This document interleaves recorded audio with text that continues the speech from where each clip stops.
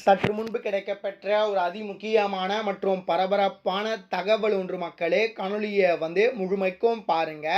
தாவேகா கூட்டணியில் இணையும் பிரேமலதா திமுகவுக்கு மிகப்பெரிய ஒரு அதிர்ச்சி, மிகப்பெரிய ஒரு அந்தல்பட்டி. இதை பற்றி தான் இந்த காணொலியில் பார்க்க போகிறோம். காணொலிக்குள் போவதற்கு முன்பு இதுபோல் அரசியல் சார்ந்த உண்மை நிலவரங்களை நீங்கள் உடனுக்குடனே தெரிஞ்சுக்கணும்னு நினச்சிங்கன்னா நம்முடைய சேனலை மறக்காமல் சப்ஸ்கிரைப் பண்ணிட்டு பக்கத்தில் இருக்கக்கூடிய பெல் பட்டனை ஆலில் செட் பண்ணி வச்சுக்கோங்க. அப்போ தான் நம்ம போடுற ஒவ்வொரு அப்டேட்ஸும் பார்த்தீங்கன்னா உங்களுக்கு நோட்டிஃபிகேஷனில் வரும். இப்போ வாங்க வீடியோக்குள்ளே போகலாம்.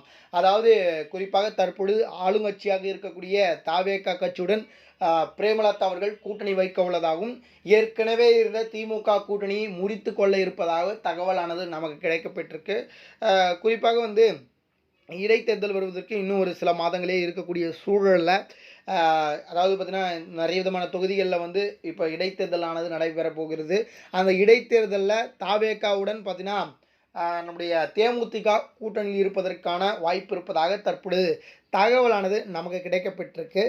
குறிப்பாக ஏன்னா தாவேகா தான் இதுக்கப்புறம் வரக்கூடிய நாட்களில் ஆட்சி அமைப்பதற்கான வாய்ப்பு இருப்பதாகவும், அது மட்டும் இல்லாமல் தாவேகா சென்ற இடமெல்லாம் வெற்றியாக இருப்பதன் காரணமாகவும் பிரேமலதா அவர்கள் தற்பொழுது இந்த முடிவை எடுக்க போவதாக தற்பொழுது தகவலானது கிடைக்கப்பட்டிருக்கு. ஏன்னா கேப்டன் விஜயகாந்த் அவர்களே பார்த்தீங்கன்னா திமுகவுக்கு எதிராக தான் பார்த்தீங்கன்னா கட்சியானது தொடங்கினார். ஆனால் பார்த்தீங்கன்னா திமுகவுடனே நம்முடைய பிரேமலதா அவர்கள் கூட்டணி வைத்தது மிகப்பெரிய ஒரு வருத்தத்தை மக்களிடையே பார்த்தீங்கன்னா தெரிவித்தது. ஆனால் பார்த்தீங்கன்னா நம்முடைய பிரேமலதா அவர்கள் இப்பொழுது பார்த்தீங்கன்னா அந்த தவறை திருத்திக் கொள்வதற்காக தாவேகாவில் இணைய போவதாக ஒரு தகவலானது நமக்கு கிடைக்கப்பட்டிருக்கு. அதனால் பார்த்தீங்கன்னா எந்த நேரத்தில் வேண்டுமானாலும் தாவேகா கூட்டணியில் பிரேமலதா அவர்கள் இணையலாம். அதாவது திமுகவுடன் ஆன கூட்டணியை முறித்து கொண்டு தாவேகா கூட்டணியில் இணைய போவதாக ஒரு தகவலானது கிடைக்கப்பட்டிருக்கு. இதை பற்றி மக்கள் நீங்கள் என்ன நினைக்கிறீங்க? அது மட்டும் இல்லாமல் அந்த தேர்தலையும் அதாவது பார்த்தீங்கன்னா இடைத்தேர்தலையும் பார்த்தீங்கன்னா சீட்டு கேட்க உள்ளதாகவும் தகவலானது கிடைக்கப்பட்டிருக்கு அவருடைய மகனுக்கு.